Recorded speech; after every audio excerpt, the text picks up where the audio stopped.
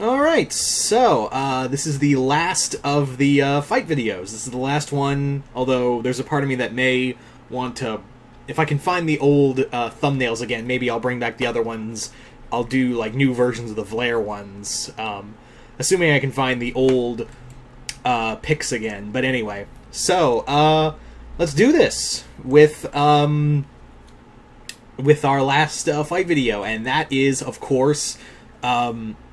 Aang from, of course, Avatar: Last Airbender versus Star from Star vs. the Forces of Evil. So, this is an interesting fight because you've got two young heroes, and their powers are...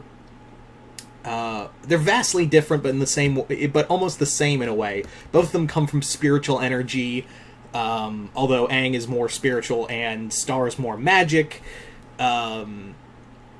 which is which I know a lot of people say, like, oh, isn't spiritual and magic the same thing? No, there isn't. There's a major difference.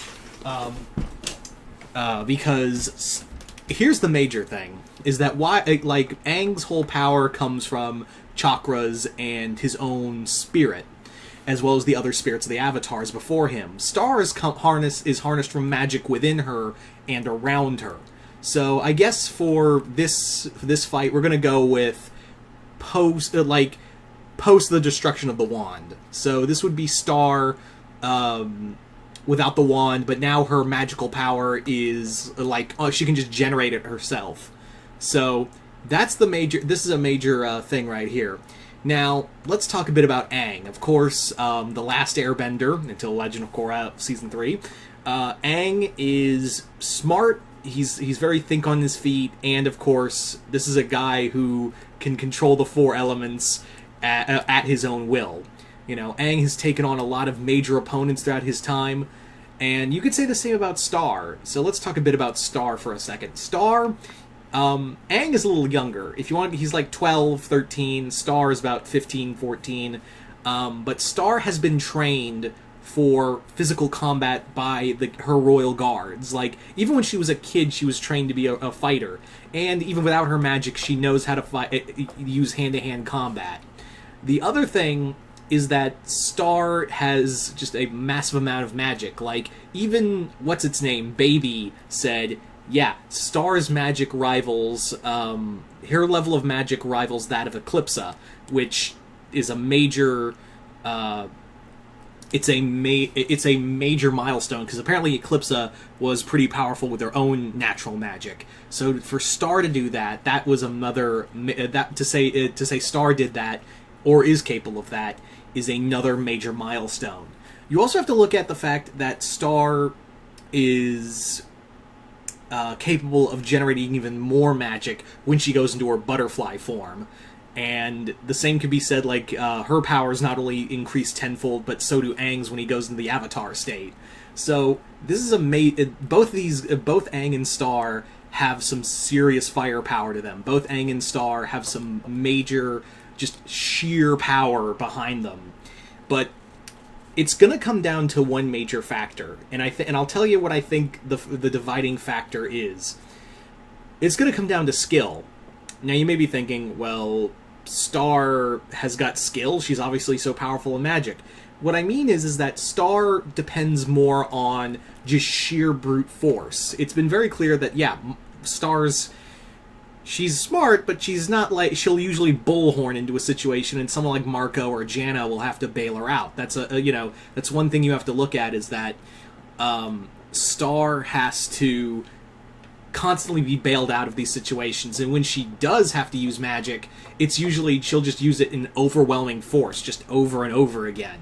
Whereas Aang uses his power conservatively and unleashes it when the time is right. You know, Aang spent a lot of time training with a lot of great masters. You know, he not only trained from Pakku, he learned from Katara, he learned from Toph, he learned from Zuko.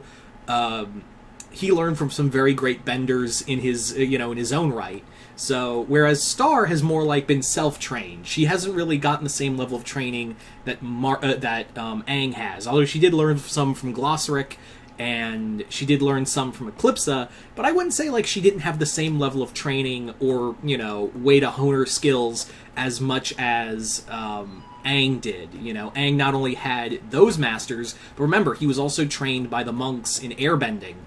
But the major thing is that the monks always trained in, like, always try to use avoid and evade first, whereas Star, from her training with the Royal Guards, is like, yeah, hit him until it stops moving. That's that is definitely the Mewman way, essentially, of how to combat a threat. So would be a fight, like, I don't see them killing each other. I really don't see Aang or Star killing one another. But what I do see happening is that just there's going to be, like, I could see, like, one side, like it's an arena, and one side is all the Avatar allies, all of Aang's friends, and the other side is all Star's friends. So you could hear, like, as they're both, like, just tearing ass across the arena, you can hear Sokka and Ponyhead just shouting the most, and Marco and Katara are like, oh, God. Anyway, but this is a tough one, because, again, Star has just so much overwhelming magic, and Aang is very intelligent, he's very think on his feet, whereas Star, and this is going to be the major factor, I think, is that that Aang, like I said, he's a very quick thinker, whereas Star, it's more like, I just go in and hit it. That's my whole idea, is that's the I think is going to be a major deciding factor, is that Aang thinks out a plan. He thinks out a plan on a whim, whereas Star, on the other hand, depends more on just sheer brute force. So you guys tell me in the comments below, who do you think would come out on top in this matchup? If you think Star wins, put hashtag Star wins and list all the reasons why you think Star would come out on top. Or if you think Aang wins, put hashtag Aang wins and list off the reasons why you think Aang would come out on top in this matchup. Very curious to see what you guys have to say, and I hope you've enjoyed this fight and as well as all the other fights that have come before. And once again, I'm Mr. Multiverse, and I'll see you next time in the Multiverse.